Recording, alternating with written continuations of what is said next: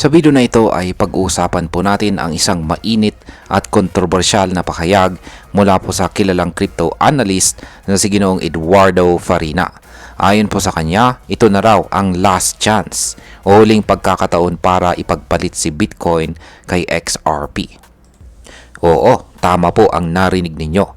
Sa kabila ng pagtaas ng presyo ni Bitcoin ay may mga nagsasabing si XRP na raw ang susunod na paputok or puputok dito sa crypto market. Pero teka, totoo ba ito? Bakit ito sinasabi ni Ginoong Farina at ng iba pang mga eksperto? At bilang mga Pinoy crypto traders o investors ay ano naman ang epekto nito para sa atin? Kaya yan po ang ilan sa mga katanungan na siyang ating pag-uusapan sa video na ito. Pero bago po tayo magpatuloy, ay pakibasa na lamang po muna ang disclaimer dito sa ibaba ng ating screen.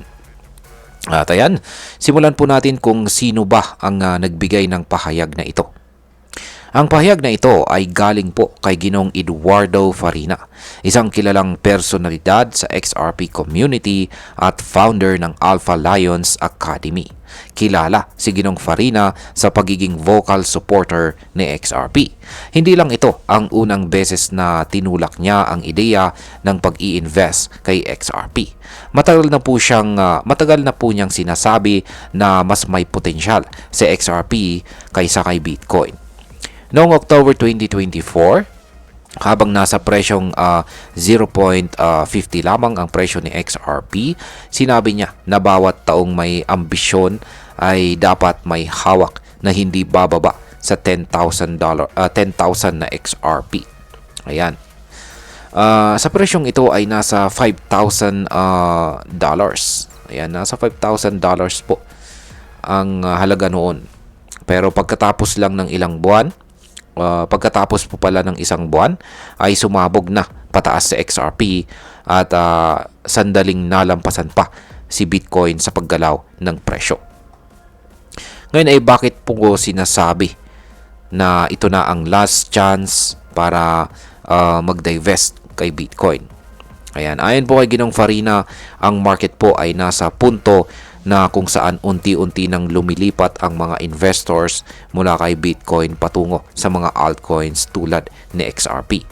Bagamat tumaas po si Bitcoin ng 26.15% ngayong taon, humahabol na rin si XRP sa 24% na pagtaas.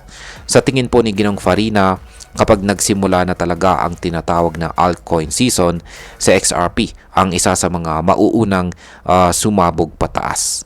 Kaya para po sa kanya, ngayon na raw ang tamang panahon para palitan si Bitcoin kay XRP bago pa tuluyang magsimula ang massive rally. Yan, sa mga bago naman po rito ay ano nga ba ang ibig sabihin ng altcoin season? Ang altcoin season ay isa po itong panahon kung saan mas mabilis o mas mataas ang pagtaas ng presyo ng mga altcoins kumpara kay Bitcoin. Isa po itong cycle sa crypto market kung saan ang pera ng mga investors ay lumilipat mula kay Bitcoin papunta sa ibang crypto projects. Ang sinyalis po ng altcoin season ay ang pagbaba ng Bitcoin dominance. Ibig pong sabihin, kahit tumataas po si Bitcoin, mas maraming tao na ang bumibili ng altcoins tulad ni XRP. Ayon po sa data, bumababa na po ang market dominance ni Bitcoin. Kaya sinasabi po ni Ginoong Farina na ito na ang simula ng bagong cycle. Ngayon ay may potential ba talaga si XRP na lampasan itong si Bitcoin? Ayon pa sa isang analyst na si Johnny, founder po ng Merlin, mas madali raw mag 2 times ang kita kay XRP kumpara kay Bitcoin. At bakit? Dahil para magdoble ang value ni Bitcoin, kailangan pa nitong magdagdag ng $2 trillion sa market cap. Samantalang si XRP ay kailangan lang ng halos $130 billion para mag 2 times ang return. Ibig pong sabihin ay mas maliit na kapital po ang kailangan para magpakita ng malaking kita sa XRP. Bukod pa rito ay may reputasyon sa XRP na mas matatag kapag may market crash. mas less volatile po siya kumpara sa ibang altcoins. Kaya maraming investors po ang nagsasabing mas safe po siyang option kapag hindi maganda ang galaw ng market. Ngayon ay ano naman po ang sinasabi ng mga pro-Bitcoin sa isyong ito? Yan. Siyempre, hindi po papayag ang mga supporter ni Bitcoin ng basta-basta. Sige nung Michael Saylor, ayan po siya, isang kilalang Bitcoin maxi, ay patuloy pa ring sumusuporta kay Bitcoin kahit na may tulad ni Ginong Farina na sinasabing parang Titanic na raw si Bitcoin kung saan ay papalubog na. Sa isang post po ni Ginong Saylor, yan, sa X, todo-todo pa rin ang tiwala niya kay Bitcoin. Kaya ayan po, yung kanyang mga post dito. Ayan. Pero ang sagot po ni Ginong Farina ay diretsohan. Yan, sabi niya, Bitcoin ship is sinking like the Titanic. Ngayon ay paano naman po ito makakaapekto para sa atin bilang mga Pinoy crypto investors? Ayan, para po sa atin, bilang mga Pinoy na nag-i-invest sa crypto ay napakalaga po ng timing at saka tamang desisyon. Kung totoo po ang pahayag ni Ginong Farina at may posibilidad na umangat ng malaki itong si XRP, maaaring ito nga ang tamang panahon para mag-diversify tayo ng ating portfolio. Ibig pong sabihin ay kung meron po tayong hawak na Bitcoin ngayon, mga panahon na para i-consider natin ang paglipat o pagdagdag kay XRP. Hindi natin sinasabing ibenta natin lahat ng ating Bitcoin. Pero kung gusto mong magkaroon ng exposure sa mas mataas na potential return, ay pwede po nating isaalang-alang itong si XRP. Lalo na ngayong may mga datos at obserbasyon na nagpapakita ng pagbaba ng dominance ni Bitcoin. Kung susundan po ang pattern mula po sa nakaraan, ito talaga ang simula ng altcoin season. At kung mangyayari po ito, maraming altcoins, lalo na si XRP, ang posibleng sumabog pataas.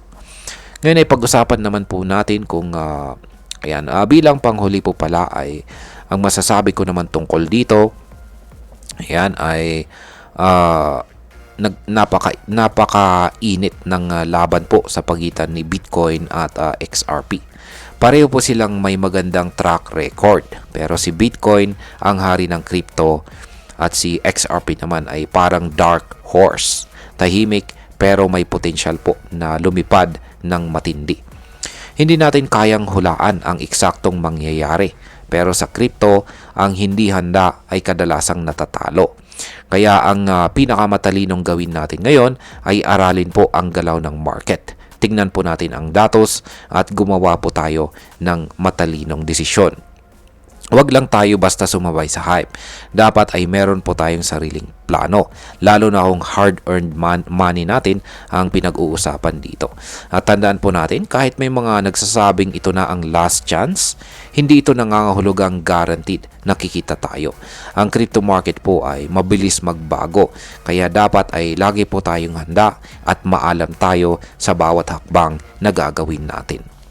At ayan, hanggang dito na lamang po tayo sa video na ito mga ka-crypto. Marami pong salamat sa panonood. Ingat po tayo lagi at God bless po sa ating lahat.